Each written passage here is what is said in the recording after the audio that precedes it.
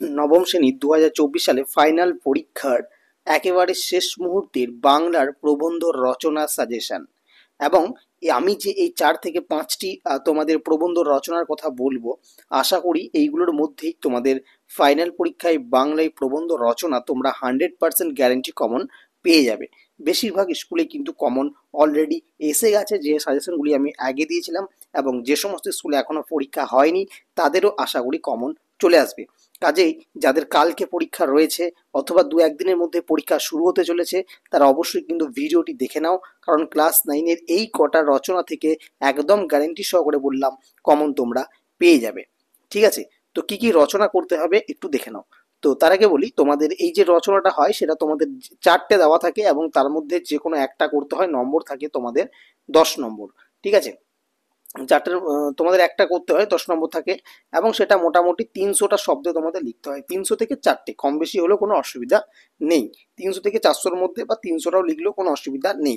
এবং তোমরা কিভাবে লিখবে সেই প্রবন্ধ রচনাটা তা আমি একটু লাস্টে ব্যাখ্যা করে দেবো। কাজেই কিন্তু ভিডিওটা দেখবে শেষ পর্যন্ত, স্কিপ করে একদমই যাবে না, কিছু কথা এখনো কিন্তু বাকি আছে। তো কোন রচনাগুলি করবে দেখে নাও। প্রথমত তোমরা যে রচনাটি করবে সেটা হচ্ছে বিদ্যালয় জীবনে খেলাধুলার গুরুত্ব। দ্বিতীয়ত, এটার সাথে তোমরা আরেকটা দেখে রাখবে, জাস্ট দেখে রাখবে, শুধুমাত্র কিন্তু রচনাটা প্রায় একই, চরিত্র গঠনে খেলাধুলার ভূমিকা, এটাও একটু দেখে রাখবে। এই দুটো রচনা কিছুটা হলেও কাছাকাছি, ঠিক আছে, সুতরাং একটু দেখে রাখবে। একটা দুটা জায়গায় হয়তো উল্টোপাল্টা থাকবে, উল্টোপাল্টা বলতে একটু চেঞ্জ থাকবে দুটো রচনার মধ্যে, তাছাড়া পুরো রচনাটাই কিন্তু সেম, সুতরাং এটা দেখে যাবে। 2 নম্বর, যেটা ক্লাস 9-এর জন্য বিশাল ইম্পর্টেন্ট, সেটা হচ্ছে একটি ভ্রমণের অভিজ্ঞতা। 3 নম্বর হচ্ছে বিজ্ঞানের জয়যাত্রা ও মানুষের ভবিষ্যৎ। তো এই যে রচনাটি রয়েছে এটা ভীষণ গুরুত্বপূর্ণ। সাথে তোমাদের বিজ্ঞানের আরো কিছু রচনা রয়েছে যেগুলি কিন্তু এইটার সাথে পুরো একদম সেমই হবে, উত্তরটা সেম হবে। যেমন দিতে পারে তোমাদের বিজ্ঞান আশীর্বাদ না অভিশাপ, দিতে পারে বিজ্ঞানের ভালো মন্দ। ঠিক আছে, তো সেই রচনাগুলো ক্ষেত্রে কিন্তু উত্তরটা একই হবে। তো তোমাদেরকে কিন্তু বিজ্ঞান নিয়ে একটা আসার সম্ভাবনা প্রবল রয়েছে, কাজেই তোমাদেরকে বিজ্ঞান নিয়ে অবশ্যই একটা করে যেতে হবে। এবং আমি যে 3টে বললাম সেই 3টের মধ্যে কিন্তু করে যাবে। হয়তো দিতে পারে বিজ্ঞান ও প্রযুক্তি, নয়তো বিজ্ঞানের ভালো মন্দ, হ্যাঁ, নয়তো বিজ্ঞানের জয়যাত্রা, বিজ্ঞান আশীর্বাদ না অভিশাপ, উত্তরটা কিন্তু এক। ঠিক আছে, এবং 4 নম্বর যেটা করবে সেটা হচ্ছে পরিবেশ দূষণ ও তার প্রতিকার। ঠিক আছে, এই কটি করে যাও। সাথে তোমরা যদি চাও একটা রচনা একটু কষ্ট করে যদি পারো তো মুখস্থ করবে, আমার মনে হয় না মুখস্থ করার প্রয়োজন পড়বে। তোমরা যদি এক ঝলক রিডিং পড়ে যাও, তোমরা সেটাকে বানিয়ে লিখে আসতে পারবে। কি সেই রচনা? সেটা হচ্ছে বাংলার সেটা হচ্ছে বাংলার উৎসব। ঠিক আছে, এটা ঠিক করে লেখা যাচ্ছে না, অসুবিধা নেই, আমি বলে দিচ্ছি। সেটা হচ্ছে বাংলার উৎসব। এই রচনাটা কিন্তু এক ঝলক তোমরা একটু দেখে যাও, ঠিক আছে, তোমরা বানিয়েও লিখতে পারবে। আচ্ছা, তাহলে এই কটা রচনা তোমরা কালকের জন্য রেডি করে যাও, তাদের পরীক্ষা রয়েছে। এবার প্রশ্ন হচ্ছে যে কিভাবে আমরা রচনাগুলো লিখবো।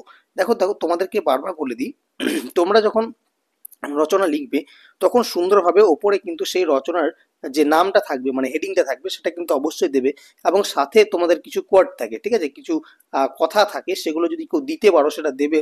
হুম, এবং সেটা কে বলেছেন, সেই যদি কোনো কবি হয় বা কোনো লেখক হয়, যেই বলেছেন সেই কোয়ার্টের যিনি বলেছেন, বক্তা যিনি, তার নামটা অবশ্যই দিয়ে ভূমিকা থেকে শুরু করবে। ভূমিকা থেকে শুরু করবে এবং চেষ্টা করবে কম বেশি 5টা থেকে 6টা যেন পয়েন্ট ভূমিকা উপসংহার নিয়ে, ঠিক আছে, ভূমিকা উপসংহার নিয়ে 5 থেকে 6টি না, সরি, 5 থেকে 7টি, 5 থেকে 7টি যেন পয়েন্ট তোমাদের ওই রচনাটার মধ্যে অবশ্যই যেন থাকে। ভূমিকা এবং উপসংহার এই দুটি পয়েন্টকে নিয়ে যেন 5 থেকে 7টি হয়। মানে প্রথমে তোমরা ভূমিকা দিয়ে শুরু করলে, ঠিক আছে, ভূমিকা দিলে, এবার তার এবং শেষে থাকবে তোমাদের উপসংহার। তো এর মাঝে যেন মোটামুটি 3 থেকে 5টি তোমাদের পয়েন্ট আনতেই হবে, তাহলে তোমরা একটা ভালো স্কোরিং করতে পারবে। এমন কথা নয় যে দিতেই হবে, না দিলে নম্বর পাবে না, এমন কোনো ব্যাপার না। যদি দাও তোমাদের নম্বরটা ভালো হবে, যতটা পয়েন্ট তোমরা বাড়াতে পারবে তত শিক্ষক শিক্ষিকাদেরও সুবিধা হবে দেখতে, এবং ওনারা যথেষ্ট ইমপ্রেস হয়ে তোমাকে নাম্বারটা দিতে চাইবে। ঠিক আছে, তারাও খুশি হবেন যে লিখেছে সুন্দর পয়েন্ট করে, এবং সেক্ষেত্রে নম্বরটা তোমার বেশি পাওয়ার সম্ভাবনা বেশি থাকবে। যদি সম্ভবত তুমি সমস্ত পয়েন্ট দিয়ে বানান ভুল না করে সঠিকভাবে লিখতে পারো, তোমাকে 10-এ 10ই দেওয়া হবে, অথবা 9.5 থেকে 9 তো অনায়াসই তোমাকে দেওয়া হবে। চেষ্টা করবে যেন রচনাতে কোনো জায়গায় কোনো রকম বানানের ভুল ভ্রান্তি না হয়, তাহলে কিন্তু নম্বর তোমরা সঠিকভাবে পাবে। যদি কোনো রকম ভুল ভ্রান্তি হয় বানানে, সেক্ষেত্রে কিন্তু তোমাদের নম্বর কিন্তু কেটে নেওয়া হয়। ঠিক আছে, তো এই শেষ মুহূর্তের এই সাজেশনগুলি করে যাও, আশা করি তোমরা কমন পেয়ে যাবে। কমন পেয়ে গেলে কালকে অবশ্যই পরীক্ষা দিয়ে এসে আমাকে কমেন্টে জানাবে। ধন্যবাদ সকলকে।